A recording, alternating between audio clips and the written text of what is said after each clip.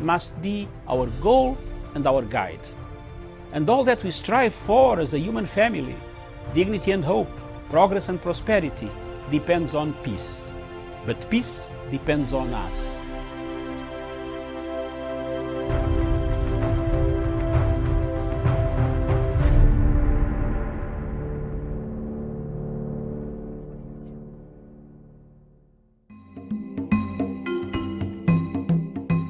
Viewers and the comrades, the people, the Pan-African people of Africa, and mainly the people of Kenya. Elections in Africa create difficulties. Everywhere in Africa, you find conflicts emanating from elections. Results declared, the loser does not come out to concede. Elections, if not well managed, can trigger the worst crisis for any nation in Africa.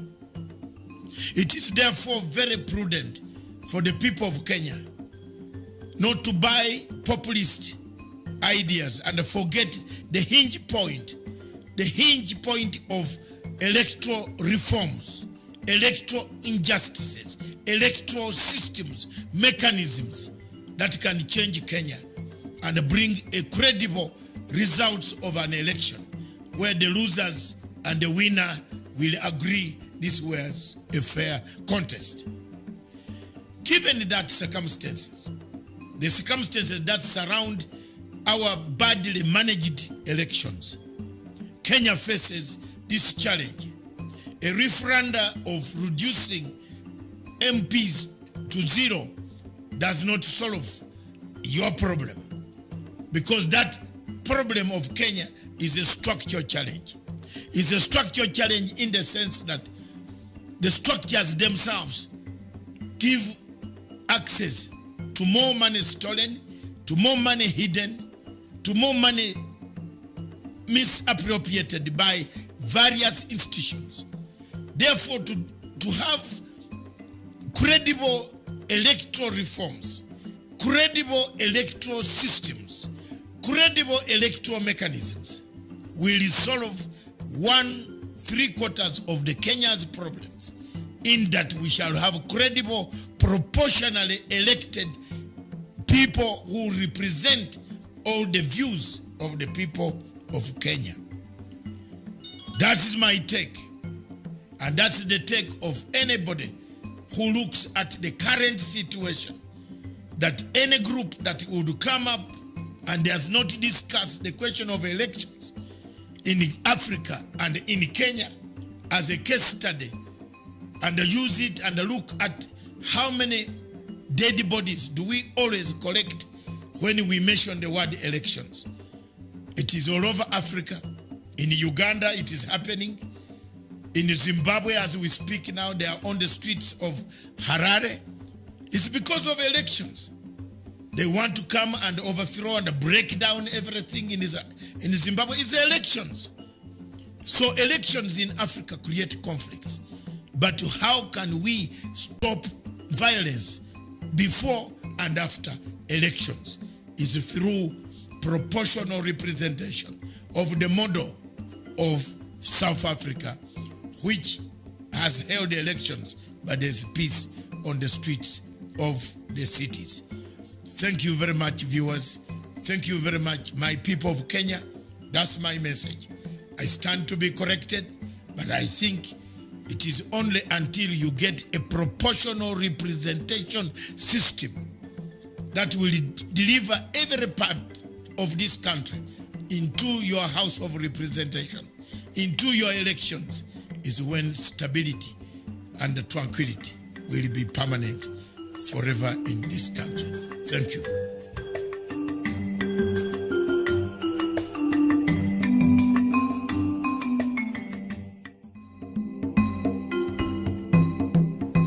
Viewers, good morning. This morning, I want to address the issue of Uhuru Kenyatta's legacy. The legacy of His Excellency President Uhuru Kenyatta of Kenya keeps on moving, keeps on going forward and forward. Since the handshake in 2018 that brought about the peace, the tranquility, the unity of purpose, President Uhuru's star has been rising. All over Africa, people are thinking of using the model that Kenya used to stop any form of violence, chaos on the streets after elections. As you know, all of you are aware that elections in Africa produce two things: after or before or after the voting. Disputed elections, winner takes it all, loser doesn't accept the results. But the Kenyan model takes us miles and miles away from the normal type of democracy. The democracy, a negotiated format, a consensus format. A democracy that gives consensus a chance. A democracy that talks about the future of a country, the unity of a country, as opposed to a fragmented country, polarized country, where most African countries find themselves in. We have seen in the last 10 years or so, most of the elections in Africa have been contested by the opposition. Very few people in Africa, countries in Africa, where opposition has conceded defeat and come up to congratulate the winner. We have seen the South African model has worked very well. The Ghanaian model has worked so well. I don't see any other country in Africa where the models have worked well. I thought it would be Sierra Leone, but today we see Sierra Leone going back to the same ethnic tensions, as you can see from the reports that are circulating in the international media and the local media. So elections in Africa are contentious issues. They create a contentious position, create a departing point for the people of Africa, of that particular nation.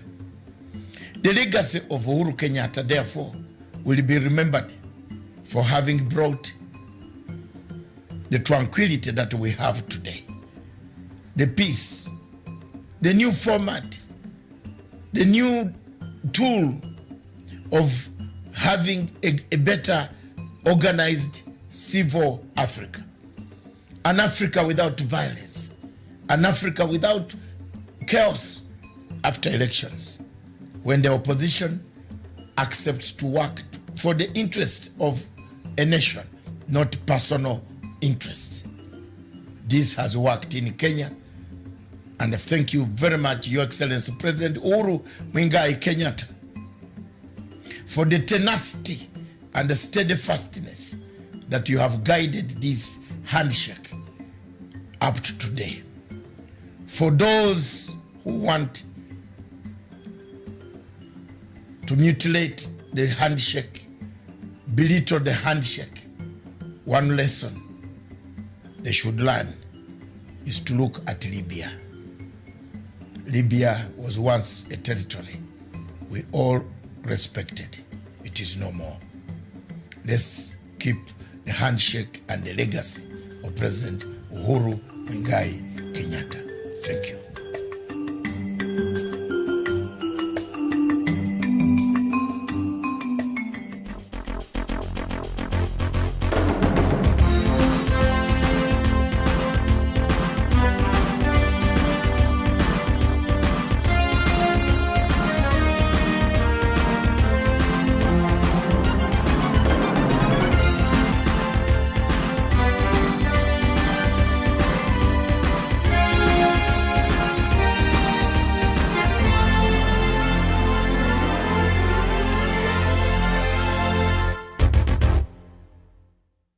Good morning to you, and thank you for joining us. This is Good Morning Africa. My name is Miriam Ogutu, and of course, the television station is Punchline Africa TV, coming to you from Kenya's capital here in Nairobi. Beautiful morning here in Nairobi, where, as I said yesterday, and even today, it's beginning to feel a lot like Christmas. Everywhere you go across the city and indeed across the country, people are traveling, people are just in the festive mood.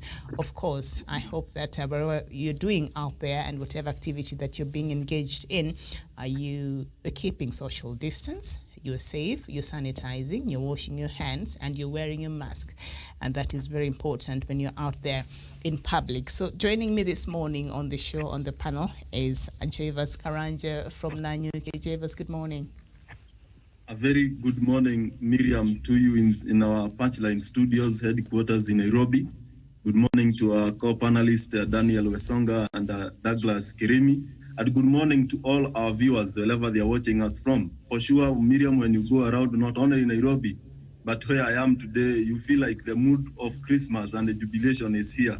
And as I said yesterday, we feel like when Jesus will be born, this thing of mask, because I don't think the Son of God will go around with the mask. By 2021, we may have a cure for this COVID-19. Mm-hmm. Thank you. All right, very well. And we're really crossing our fingers and hoping that these vaccines that are now being tried and are now being given at places like the UK, in Kenya, I think they did another trial the other day. I'm just hoping that, this will be the solution that we've been looking at. But in the meantime, please wear your mask. When you're in public, that is the sure, most, at least efficient way of protecting yourself from contracting COVID-19. Because even if you washed your hands, you sanitized, you social distance, but you did not have a mask, you still stand a high chance of contracting COVID-19 if you're in the presence of somebody who might be having it. And a lot of people are asymptomatic, so sometimes you don't even know. So just make sure you're doing the right thing. And I'm also joined by Daniel Wesonga from Nairobi. Daniel, good morning. Very good morning, Miriam Ogutu at our headquarters in Nairobi. Very good morning to my good friend Javan Karanja. Good morning to my good friend Douglas Krimi Pundi in Meru, and our viewers here in Kenya, Africa, and the rest of the world. Good morning. All right, very well. Good morning, and also Douglas Kirimi from Meru. Douglas, good morning. Good morning, Miriam. Good morning to all our crew at our headquarters in Nairobi. Good morning to my friend Son Wesonga, and also my friend Javan, and also all our viewers across the world. And good morning to everyone that will be watching for the first time today. All right, and a very good afternoon, good evening, depending on where you're watching us from. And Douglas, yesterday you were right. I was just following the events in Ghana there. Things are not looking up very well. Ghana, it's a very important, all countries in Africa are important, but Ghana is significant in the sense that it was the first country to get its independence in this continent 66 years ago, and you would think by now they would be getting things right, because I think even Kenya, we are too old for certain things we are seeing happening in this country in terms of democracy. And so it was quite disappointing, Douglas, but you were right on so many things, because we were having this conversation yesterday in the afternoon, and we shall keep our viewers up to date with what is happening there in Ghana. Of course, right now, President Akufo-Addo has been projected to win the elections, but the opposition led by Mahama is saying, no, we will not let our victory be stolen from us. Sounds like what is happening in the U.S., except in the U.S., Trump was defeated. All right. So now let's just turn our attention to the latest and see where we stand in regards to COVID-19 this morning. Kenya, the confirmed cases in the country stands at 89,661 cases, and the death toll is 1,552. Recoveries is 70,194, and Uganda, the confirmed cases this morning is 25,059, and the death toll is 219. Recoveries is 9,510, and I saw earlier, just before coming here, the figures there in Uganda. For the first, I think, 5 months of COVID-19, Uganda had only about 2,000 cases.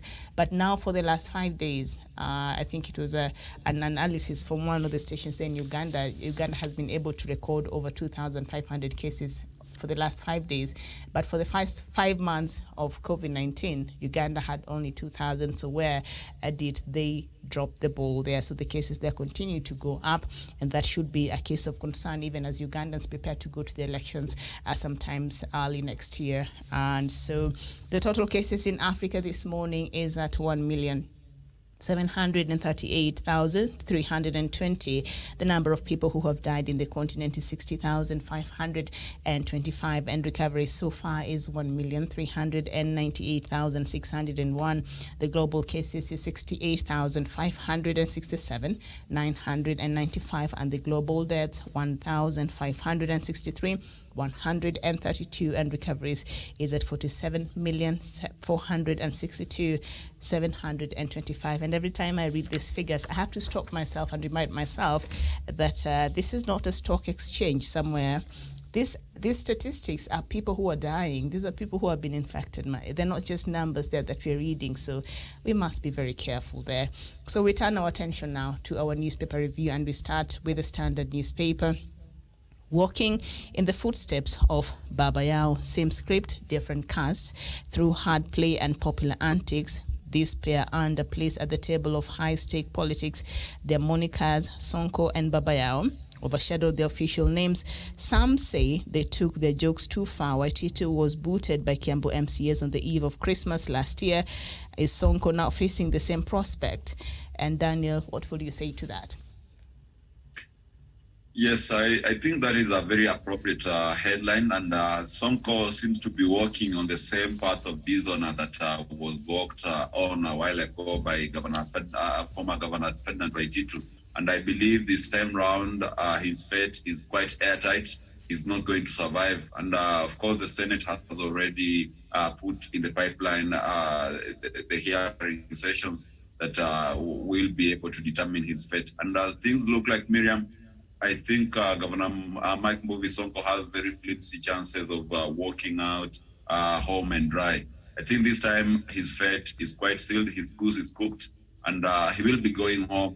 And perhaps the Speaker of the County Assembly of Nairobi will be taking office for the next 60 days before now we are able to head for a by-election to elect another governor for the County of Nairobi. Mm-hmm. Javas. Do you think, not Javas, but Javen, there's a show I watch from South Africa with a character known as Javas. I confuse that sometimes. Javen, Baba Yao, would he escape? Might go home, and that is something that is there, and it's we can see it from a distance, unless otherwise. But Miriam, I feel like from the way Senate is constituted now, and from the kind of evidence that will be presented there, I think he has no otherwise but to vacate office and to work from outside, because Miriam, the people of Nairobi are tired. He failed to deliver. He failed to rise to the occasion. And Miriam, I think to a point, he didn't realize that he was a governor, and he continued with his old days, Miriam. And maybe that was part of his campaign strategy. But Miriam, you cannot rely on the same strategy that you used in 2002 and you use it in 2020. Things go changing, and the kind of Assembly of Nairobi will take over from there, and that is something that is quite good, because at the end of the day, people of Nairobi will want services, and we have an MS. Therefore, the state in Nairobi will not be left in chaos, but the development will continue reaching the common Wanjikus wherever they are in areas of NMS where it covers. Thank you. All right, very well. And we know that even when Mike Sonko was the member of parliament, I think for Makadara, he was quite the antics. That is when this started, and he was punching walls and sleeping on the roads and yelling across and joining demonstrations and all that and bringing down fences. The same thing Baba Yao used to do. So they really have a lot in common in terms of their public behavior, or in terms of how they display their leadership there, because we've seen that happen. But even with that, we still went ahead. We saw also the chaos he brought when he was the senator for Nairobi. He was sabotaging his boss, Evans Kidero, and he was just all over the place. But even with that, we still went ahead and we Jubilee chose him as the flag bearer of the party here in Nairobi. And so whatever is happening now or he's doing now, this is not new. This is who Sonko has been true to himself since the start. Douglas, do you think by perhaps Jubilee giving Sonko, that, of course, he was elected the way they do primaries here, and so he won that ticket. Maybe they hoped over time he'll grow into that position, and maybe he will depart from his initial, behavior, and perhaps assume that office with the dignity and with whatever is expected. When you are a governor of Nairobi, it is the capital city of this country, for crying out loud. So maybe they hoped he'll grow into the position and understand how important his position is, not just for this city, but also for the country. And maybe, their patience is just running out. Douglas. Thank you, Miriam. That is a very good question that will give me an opportunity to give the people of Nairobi a perspective on why Governor Sonko ended up as a governor. We know very well the Jubilee Party, the party of President Uhuru Kenyatta, had not thought of Sonko as their governor. They had people who ran for governor and for the primaries like Peter Kenneth and Forest people who would have brought the dignity, the decency, and also the character of the caliber of the office of the governor of Nairobi, the capital city of Kenya. But remember, when Sonko was running for governor and the primaries and all that, ODM was also celebrating Nairobi. And Sonko has a huge following. Unfortunately, we cannot be able to gainsay that, and we cannot be able to throw it under the bus. So Sonko, under the auspices of his support base from the slums and the middle class and some of the middle class and the most lower class in this city, had to be brought on board, and Sonko and to also be given an opportunity to get a deputy that is polished, that would deal with the executive matters as he deals with the politics. That was the arrangement, Miriam. And the deputy governor was none other than corporate chief, And when you look at it from this perspective, Miriam, President Uhuru Kenyatta and their party were about to lose a huge chunk of people in Nairobi who would have punished the president during an election and embarrassed them at the ballot. So they wanted wherever Sonko would have gone, his fanatical following in Nairobi that we cannot be able to gainsay would have followed him. If the president, under way of scientifically knowing that the Nairobians will not depart from his party and also from supporting him as president, they wouldn't have gone there. Remember, Wiper Party was making an offer to Mike Sonko as their candidate. ODM was also courting him at night because they wanted to replace him with Dr. Evans Kidero. So as a party, Jubilee was at a crossroad because their party presidential candidate was at risk because this governorship and presidential election were being held as 6 elections in the same day. 6 candidates were running for that election that day. So they had to come up with a way of getting Sonko on board and also getting Polycarp Brigade so that they can bring the decency and also be seen as a party that cares about its people, who don't want to throw the city of Nairobi under the bus and also give it to the dogs, in quote. But again, at this point in time when Sonko took over, less than 6 months, Polycarp Brigade was frustrated and also ran out of the city of Nairobi and went back to the corporate world. Again, President Uhuru Kenyatta was protected from what they were running away from. The presidential votes went to him because also Sonko has a huge following in Nairobi. You cannot be able to say that. It is the same thing with the former governor of Kiambu. After he left the city, he came to Kiambu and also caused a lot of havoc in terms of political realignments and also political support. So Miriam, those are 2 factors that made the party be able to get Sonko as their preferred governorship candidate, and he was not the best that they could get. That's why they had alternatives of getting even a county secretary that was seconded, Mr. Karaoke, who was the former county secretary, that was forwarded from the executive so that they can be able to streamline Nairobi and also give it a clear face and a picture of a true city and also a capital city of the Republic of Kenya. On the issue of whether Sonko would have occupied that seat, they knew that Sonko historically cannot be able to morph into anything else rather than the chaos, the man of the chaos, the man who punches bridges, doors, and also sleeps on the tarmac and also insults people and also goes singing in foreign capitals like The Hague when he went there. So Miriam, there is nothing much Jubilee Party expected, and including president. That's why they brought Polycarp Igathe that was frustrated. Right. Then Sonko started this issue of redeeming himself now after he saw that the president and the Jubilee Party are also going to fall out with him because of chasing karaoke and also chasing away the deputy governor of Nairobi. When Sonko went to the president in terms of surrendering some functions to the county of Nairobi, it was a form of his public relations to be able to manage the image of his political career together with the president, so that he can be able to be still berate in the Jubilee Party to have a leeway. But remember, Miriam, when NMS came into play, Sonko signed the deed of transfer, and also Sonko mocked into a very corrupt man who has stolen in public domain over 357 million Kenya shillings. That case is still in court, and we hope even as we pass this BPI, Sonko will be able to be jailed before 2022 so that he can go and serve even his former term, Miriam,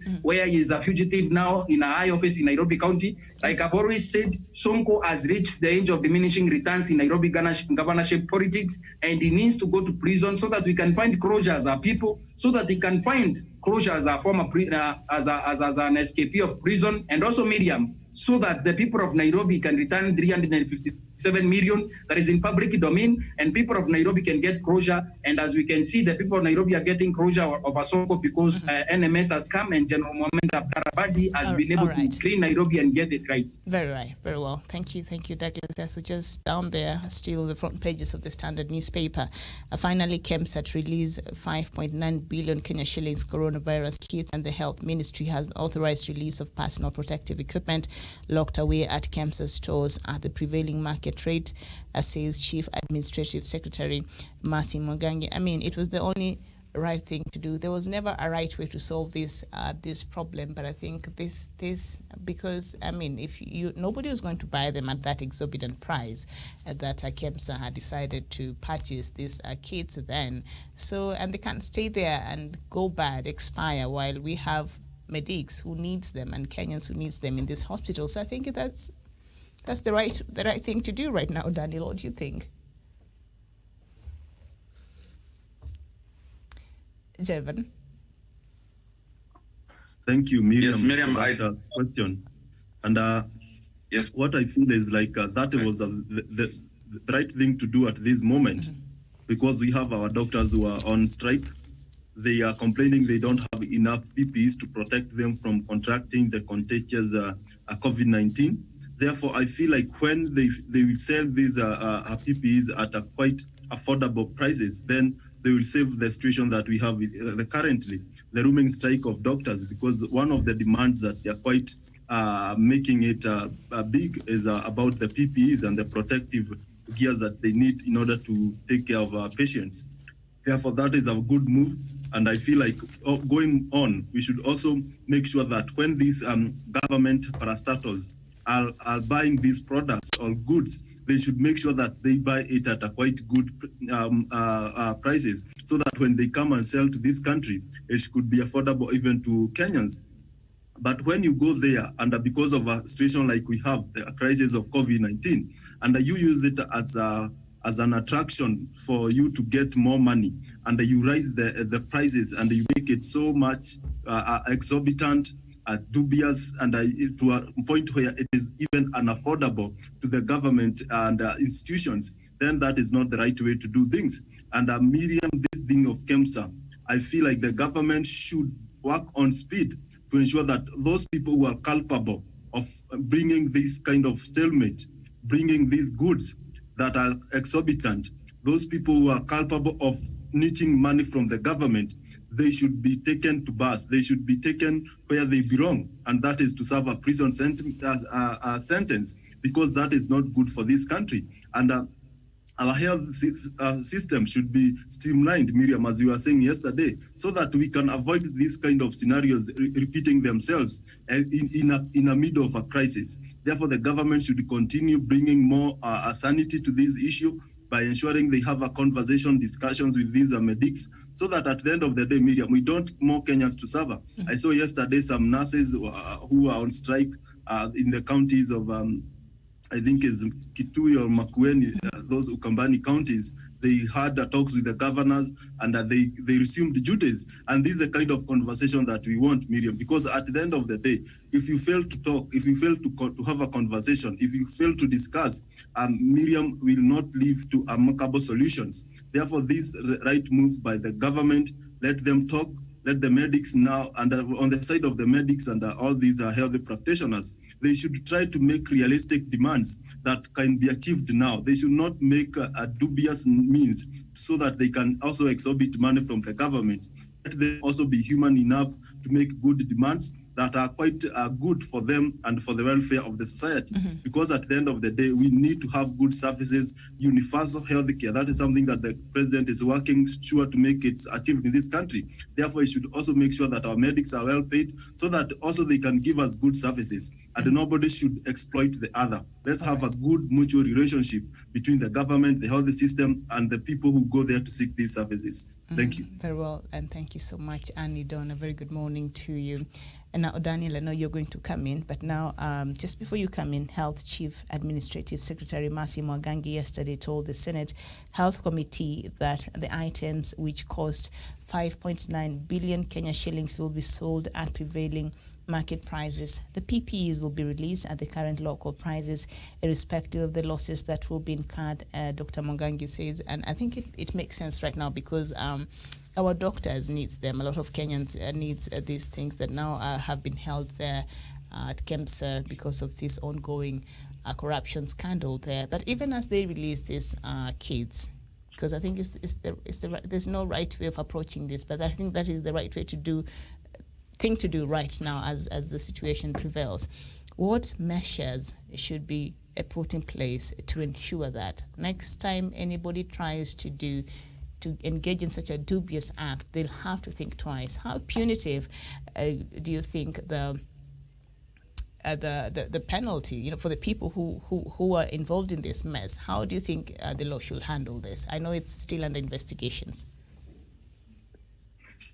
Miriam, first and foremost, I think I agree with whatever Karanja has said and whatever decision that the Ministry of Health has taken to release the PPE that were held at KEMSA. Because at the end of the day, these particular equipment were bought with the aim of assisting this country to combat the deadly pandemic of COVID-19. And no matter how long we hold on to them, they will be of no use if they continue staying in the KEMSA warehouse, as our health practitioners succumb to COVID day in, day out. So I believe it's a good thing. Let them be released as they continue to pursue those ones who are involved in the scandal, the COVID haze. And you've asked something quite important on how to set up precedents so that we ensure that in future we don't have people who steal public monies which are meant to assist the people of Kenya. And history tells us of the case that we had between the government of Kenya and MP, that is John Waluke, and his co-accused Judy Wahungu, where they were alleged to have defrauded the country of 97 million shillings. That is back in 2009. And that money, just like the COVID money, it was meant to procure maize to be able to reach people who are facing hunger and starvation at that time. And therefore, I see this a similar scenario where the people of Kenya are facing an imminent disaster. Their lives are quite at risk, and someone stole the money which was meant to mitigate that particular risk. Only that back then it was hunger, and today is COVID-19. And you saw the kind of penalty that the magistrate, Ms. Juma, was able to meet on two, and they spent quite some time in prison, and the hefty fines that besides the hefty fines and charges that they receive in the court of law. So I believe the only way to set a precedent to ensure that in future never again shall we have people playing with money which is meant to save the life of Kenyans is by ensuring that the cases which are in court regarding the COVID-19 are fully prosecuted. Those ones who are found culpable will be found culpable of stealing the public coffers. Let them be measured with the most harshest reprisals, and let them be given hefty fines, even more than what can his co-accused, so that we make it quite clear that in this country you cannot steal public money and just walk away scot-free. Right. So let the will of justice take course. We should not at any point in time interfere with it. Let those who are found culpable pay the full price for their misdeeds, and that will set a very, very clear line of demarcation that even when you are a senior politician, even when you are a senior public servant, not allowed to dip your hands into the public coffers of the Kenyan people. All right, very well. Thank you so much, Daniel. Now, meanwhile, one of the companies that supplied PPEs moved to court to compel the health ministry to utilize the keys that are lying idle at Uhuru Kenyatta International Airport. A real-time company limited claims that 54,000 respirator masks valued at 33.7 million Kenya shillings, which they imported on behalf of the government for frontline medical workers fighting COVID-19, are lying at JKIA when health workers are risking their lives due to lack of protective gear. So this is what I'm struggling to understand, because this company has now gone to court to compel the government to buy and pay for these respiratory masks that they ordered in on behalf of the government, worth 33.7 million Kenya shillings. Those things are still at the Jomo Kenyatta International Airport, and I'm just wondering, is that not the work of KEMSA? Do they contact other companies to import these things on their behalf? Is KEMSA not supposed to do that? I'm not quite sure. I'm a bit confused there, Douglas. What's really going on here? Miriam, as you know, that KEMSA can contract people to buy on their behalf, then take them to their godowns, and then payments are processed. But in this case, we find a lot of conflict of interest in these companies. We've never had a situation where KEMSA has had a lot of arguing between suppliers and KEMSA themselves, because most of the time KEMSA would contract people and individuals to be able to supply companies, to supply their warehouses so that they can be able to distribute and also maybe sell to counties and also the national government.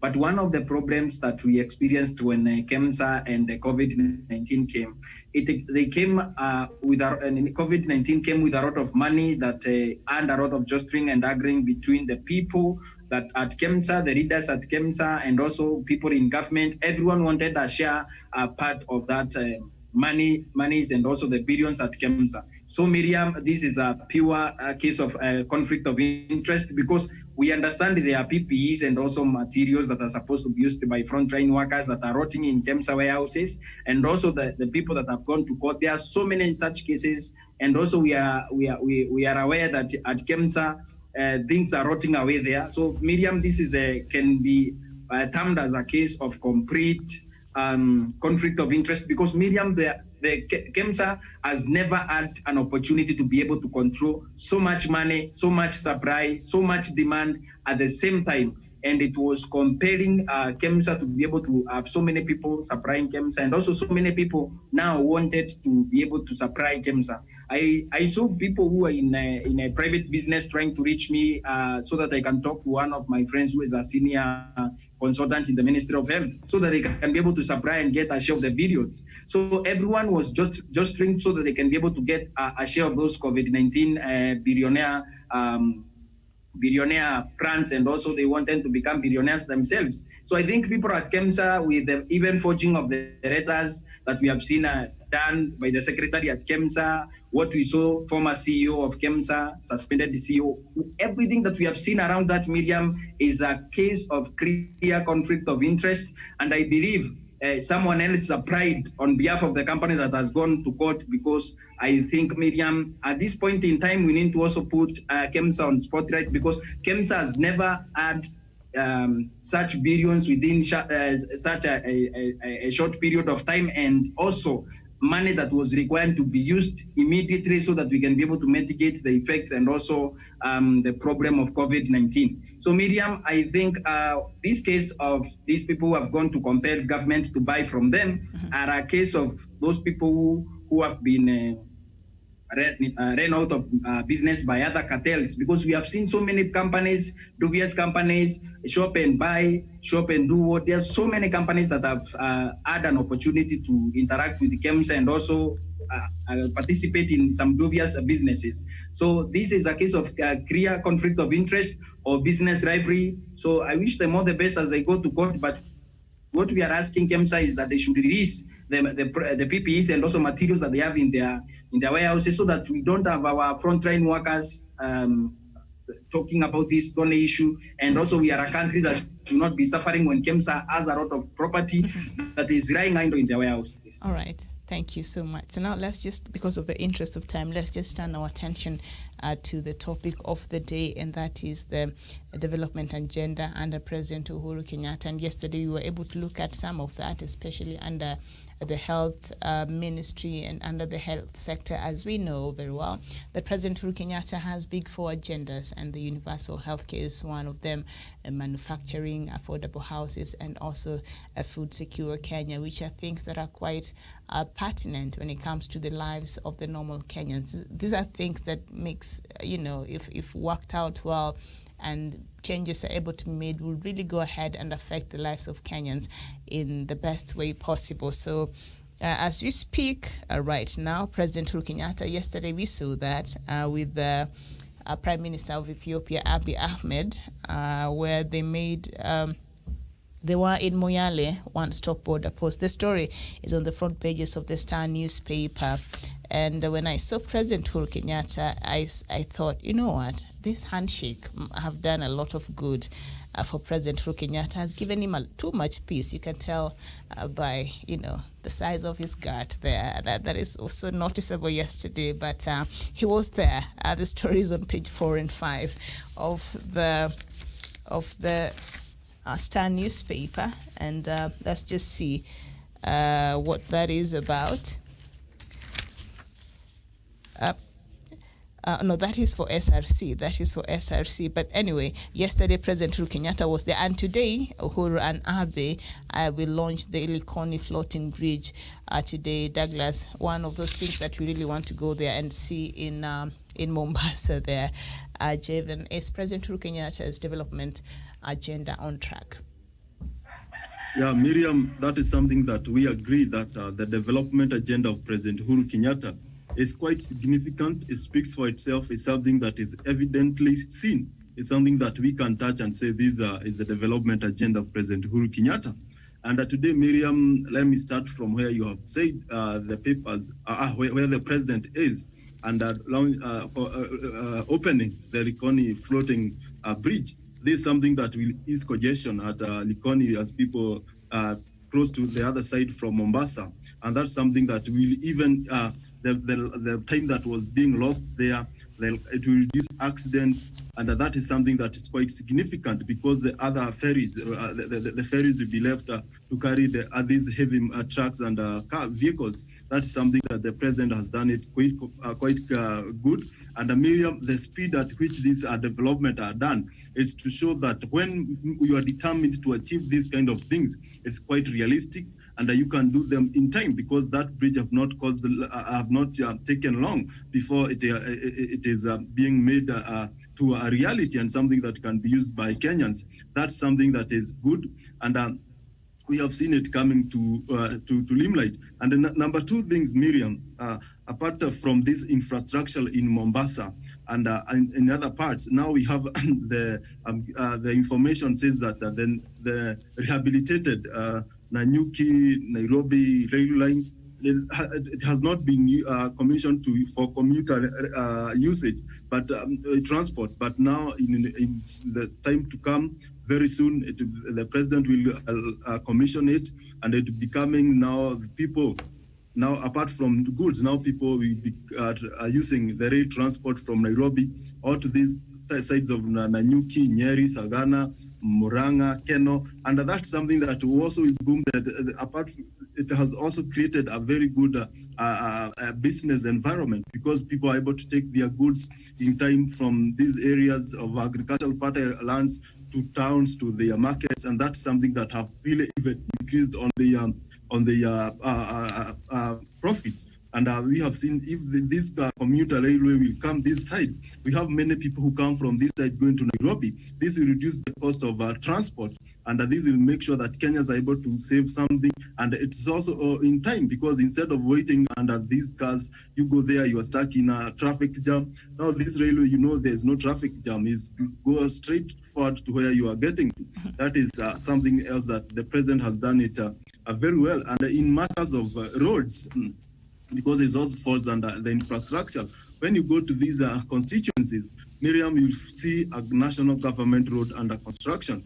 And that is something that we ensure that we open the local areas that have not been having this kind of roads. And this will ensure that, when you open these areas, you take development near to them. Because when you have good roads, the kind of environment, the industries, and the people there, they even tend to change their way of doing things, because now you can get your products, you can get goods, even for the business people, and you get them in time because you have good road that is connected to where you are, and that is something that is quite helpful. Even Miriam, on this issue of health, it also falls in good roads, because Miriam, you need good roads to transport, to take patients to hospital. You need good roads so that an ambulance can come and take a patient who is stuck in somewhere there. You don't need to take them using the wheelbarrows and these other things that are quite not efficient. And that is something that the government is doing well.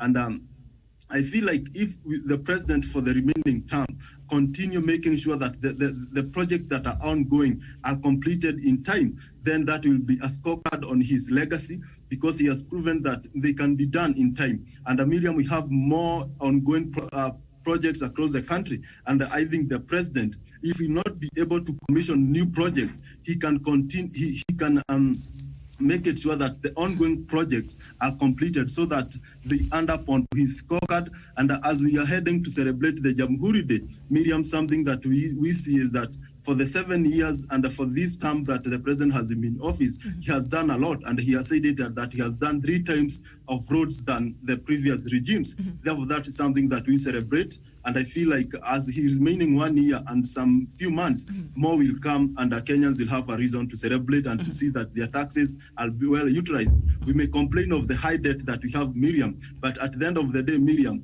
we have the debt, but we are seeing something else. And I want to remind Kenyans, in all these countries, even the giant economies that we have in this world, they also have debts. And the point should not be the debt, but how the priorities, how these debts are used, or how this money are used. That is what should be bothering Kenyans, not the amount, because we may have a big debt, but if not felt in the ground, that is not good. But we may have the big debt, but big development that match with the debts. That's something that good. Even when we service the loans, we'll be quite sure that this is something that has touched the common Wanjikos, because that is a priority the government should give thank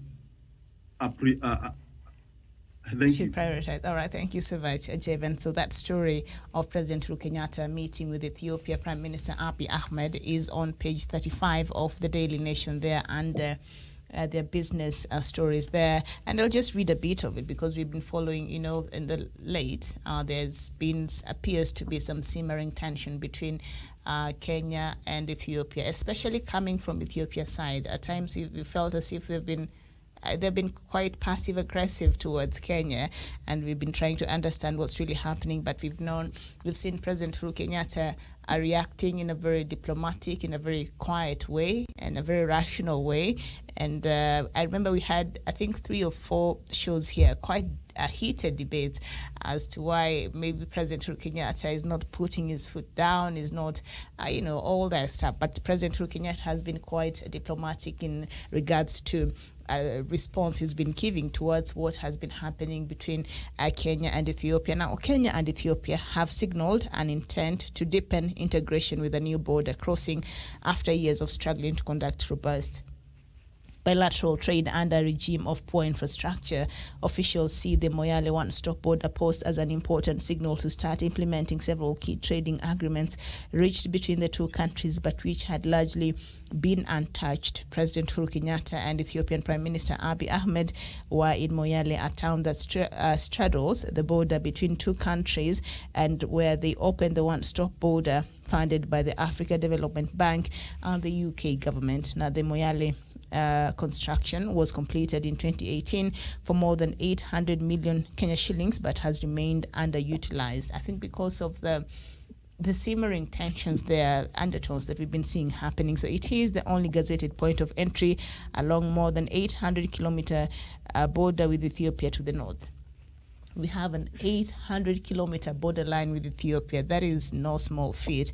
Also launched was the 500-kilometer Hawassa-Hagere-Mariam Moyale Road. The new border crossing consolidates clearance for travelers and transporters under one roof, so that they do not have to undergo two processes for approval. So I think when you look at all this and how much this will open up now, it appears that from this border point that was opened yesterday, about 1.9 billion Kenya shillings, that is amount in custom officials are expected to collect from the border crossing. So this is a huge market for especially Kenyans living in that border, and the rest of us, if you want to trade and you want to trade between Kenya and Ethiopia, then that will be the route to use there. So that will go a long way in even boosting our local economy there, and especially economy from that part of the country. So maybe President Uhuru Kenyatta, for those who are wondering, so why is President Uhuru Kenyatta not responding in the way that perhaps Kenyans were hoping they would respond? Remember, one of Kenya's aircraft was shot in Somalia, and the Ethiopian army did that in Somalia, and we've seen other incidences, but the response of President Uhuru Kenyatta has been quite diplomatic, maybe because he understands for his development agenda to succeed, not only does he need peace here in the country, but he also needs peace with our neighbors, because we are neighbors, we share a lot in common, a lot of businesses, a lot of even our people migration. People have been married in this side of Kenya to the Ethiopians there, and all of that. So do you think this is everything else President Uhuru Kenyatta had in mind, even as he dealt with this simmering tension between us and especially coming from Ethiopian side? Because I don't think Kenya, we were the aggressors here, but President Uhuru Kenyatta has been very diplomatic about it. And then yesterday we saw that meeting there at Daniel Wasonga. Yes, Miriam, I think it's a very, very good thing, first of all, for both Kenya and Ethiopia, considering that in the recent past that we've been having very strained diplomatic relations between the two countries. And therefore, for your question, I believe Kenya has always been an island of peace, and we've always explored diplomatic ways of solving conflicts between our East African brothers. And I believe we are among the few East African countries which have never gone to war with a neighboring country, and that I believe is something good, which works well for our own economy, our relations with our neighbors, and acting as an island of peace in the region. So we have a very pivotal role. Remember, the position we hold at the UN Security Council, it's quite a quintessential position, and therefore we should be perceived as people who have a diplomatic front when it comes to dealing with political and international tensions, and that's something that I really give credit to the president and the people of the Republic of Kenya. So I think, in as much as Ethiopia had proven to be quite an aggressive neighbor, and it was quite showing some signs and some characteristics of aggression, I think it was a good thing for us not to sever those relations we earlier had with the country. Mm-hmm. And that has come to pay off. Yesterday, you saw the Prime Minister coming in Moyale to open the one border stop in Moyale. They proceeded to Lamu to check on the LAPSET project, which is supposed to open up trade between the two countries and the rest of the Eastern African bloc. So I believe all in all, it works for our own good. And that has to be given to Kenya. But also we have to consider something, Miriam, that Ethiopia is facing a very tumultuous time when it comes to the political upheaval that is in the country. And we've seen its neighbors such as Egypt, South Sudan, the Sudan are really sidelining it. And that has all to do with the Great Renaissance Dam that Ethiopia is constructing on River Nile. So perhaps at this moment, it is a coalition of convenience, because now being sidelined by the other neighbors, it has to seek allies, and especially for the Prime Minister Abiy Ahmed Ali, he has to look for very strong neighbors who might assist him in case he faces any threat, either from the Tigray compatriots or the neighboring countries such as Egypt, Libya, and Sudan. So I think it's a relationship of mutual benefit. Now that is why all those deals that had remained untouched, perhaps now are going to see the light of the day. And that is what politics is all about. It's all about who gets what, how, and when. So when we come together, that kind of formation should be mutually benefit all of us. And we as a Kenyan, we're so much grateful that such kind of projects are happening. Of course, they're going to open up the country to more trade. They're going to open infrastructural development, which will offer employment. So many jobless citizens in this country, and therefore it is something good which is also going to add up on the president's legacy. I submit. Very well, and there has been subdued bilateral trade between the two countries as a result of non-tariff barriers such as long bureaucratic procedures, bans, and sanctions. But the two leaders yesterday agreed to strengthen this strategic alliance that has existed between them for years and continue to cooperate on economic ties, even as both sides focus on advancing security in the region. And they exuded confidence on the benefits of increased investment and employment, market expansion, and reduction in the cost of transport. And Douglas, you've heard how much that road there, it's quite beautiful. That border point there is quite amazing, and how they've made it, and the infrastructural development that has been witnessed in that part of Kenya, especially, that has been neglected and underdeveloped from a very long time, since we got independence. But after President Mwai Kibaki came in, he started some of the infrastructural development, and President Uhuru Kenyatta, of course, has been able to advance a lot of that. What will this mean for the economy of that part of the country? Because this will open up the northeastern part of the country to the rest of the world from that side, and also to the rest of Kenya. So what do you think this will change? How do you think this will change the lives of Kenyans from that part of the world, who for a long time have complained? In fact, we used to hear jokes growing up. Then somebody coming from the northeastern or some place like Turkana, they will tell you when they're coming to Nairobi, they will be saying, nimetoka Moyale naenda Kenya, because they never felt as if they are part of this country because of the underdevelopment and the systematic exclusion that they had experienced since we got independence. But now we see things have changed. So how do you think this will change the lives and the topography of that place in terms of development? Yeah, it should be noted that Kenya is one of Ethiopia's biggest trading partners. Kenyans are very entrepreneurial, and also Kenyans have also been able to go to Ethiopia and also do business from there, and also from Moyale. There are so many Kenyans who have transacted for and behalf of Kenyans, including those sides. And also there are the people of Northeastern, there are so many people who would have wanted to set up businesses in Moyale so that they can be able to trade between the two countries, but the infrastructure has not been something that they can be able to call home. But as this point in time, we have seen people, and also we've seen government has invested there. Actually, one of my friends wrote me a message last week. They wrote me telling me they are at the border point. Then I asked them, is it operational? Then they told me it's about to start. Then when I saw it on the news yesterday, I knew that now the transformation that we've been waiting for has been able to come. And also remember, Miriam, for this part of the world where Moyale border point is, and the infrastructure projects that have been able to be implemented by the government of President Uhuru Kenyatta will serve the whole of this region.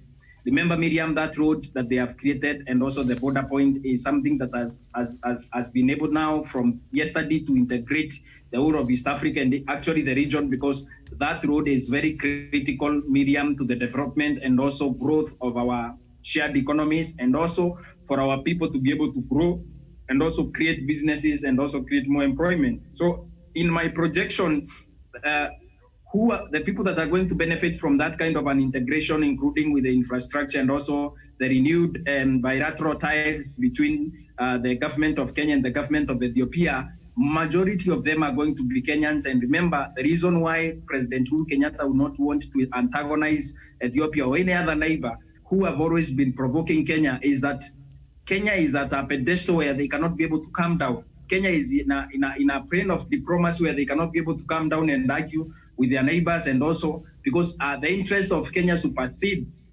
the small supremacy battles that we have seen Kenya, the neighbors of Kenya trying to draw them into. And I think at this point in time, Ethiopia has also realized that Kenya is not interested in the small gimmicks of show of diplomacy and also show of mighty and all that.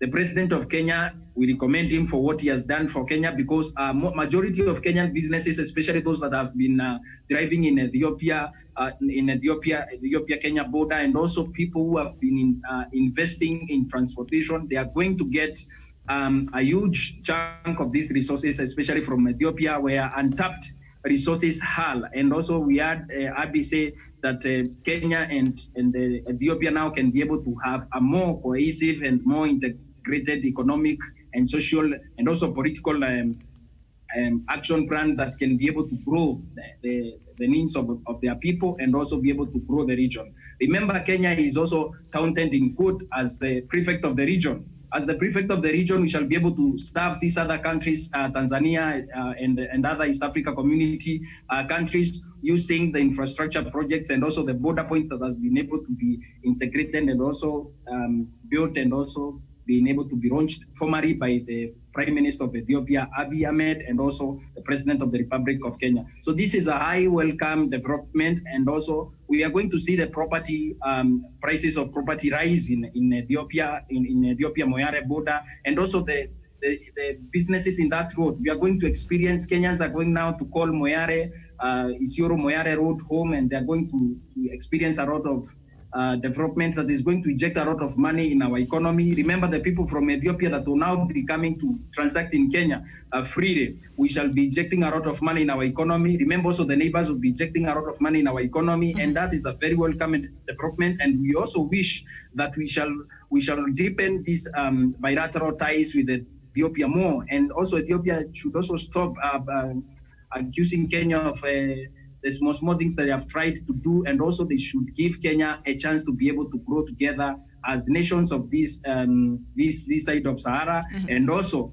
as a people, so that we can be able to grow forward. Because when our people grow, our government will grow, our regional integration will grow, and so that, like my friend Shona said about protecting each other's mutual interest and also protecting the integrity and sovereignty of our people is very important and paramount, especially for the people of Ethiopia, who are also facing internal crisis today and also facing hostile neighbors. We can be able now to cooperate more in sharing intelligence and military intelligence and all that, so that we can be able to incorporate and also grow our government and grow our communities as a people. Because the people of Kenya and the people of Ethiopia are the same people. The only thing is the difference is the borders and also their nationalities. We are all one people, and we can be able to grow as such. Absolutely. Thank you so much. And for our viewers who might not know what is this Big Four agenda who you're talking about, well, it is a 4-point agenda by President Uhuru Kenyatta outlining what he will be focusing on his last presidential term, which is right now. He has less than 2 years to go, to improve the living standards of Kenyans, grow the economy, and leave a lasting legacy. The Big Four agenda items are food security, manufacturing, and mainly focusing on job creation in this area, affordable universal healthcare, and affordable housing. And that affordable universal healthcare, quality should be added to that. And also something else under this on free market, the government has created a free market and improved the ease of doing businesses. This has encouraged companies to invest in Kenya, boosted foreign investment and created employment. We are looking at under President Uhuru Kenyatta's development agenda and what he's been able to put in place to ensure he's able to achieve this. And on export processing zones, the government tried to increase the number of EPZs to encourage more companies to invest in the country, hence establishing Kenya as a manufacturing hub. And in line with subsidies, the government offered production subsidies to local companies for different inputs such as energy, fuel, and to encourage establishment of local manufacturing industries. And in line with e-commerce, because we know that is where all businesses are happening right now, and so the government of Kenya is cognizant of this fact, and so the government is collaborating with the private sector to establish an e-commerce platform such as China's Alibaba. This opens global markets for Kenyan products and creates opportunities to manufacturers. Increase exports translate to more income for Kenya. Daniel, did you know that? Did you know that the government is planning to have an e-commerce platform like that of Alibaba? See, it's very good. And also when it comes to globalization of trade, the government is sourcing for new global markets for Kenyan exports to increase exports and hence improve the manufacturing sector and the promotion of technical, vocational education and training institutions. This has been quite important in line with President Uhuru Kenyatta's manufacturing. He realized we need skilled young people to come into this market so that we're able to produce and manufacture things that are of good quality and people who are professionally skilled. So in this regard, the government has set up more TVT institutions to encourage technical specialization among the Kenyan workforce, which is very important for growth of the manufacturing industry. TVT institutions will create more training opportunities for youth and not just limit them to university education, hence increasing their employability. And that's how you empower the young people, not giving them wheelbarrows. That is how you empower the young people. Thank you so much. This has been Good Morning Show. Douglas Kirimi, thank you so much for being here. Daniel Wasonga, thank you. And also Javan Karanja. We shall meet you here at 11 a.m. I know you're wondering why today we've not talked about the BBI. That is because that is the conversation we shall be having here at 11 a.m. So don't miss it. My name is Miriam Ogutu. Thank you for watching and good morning.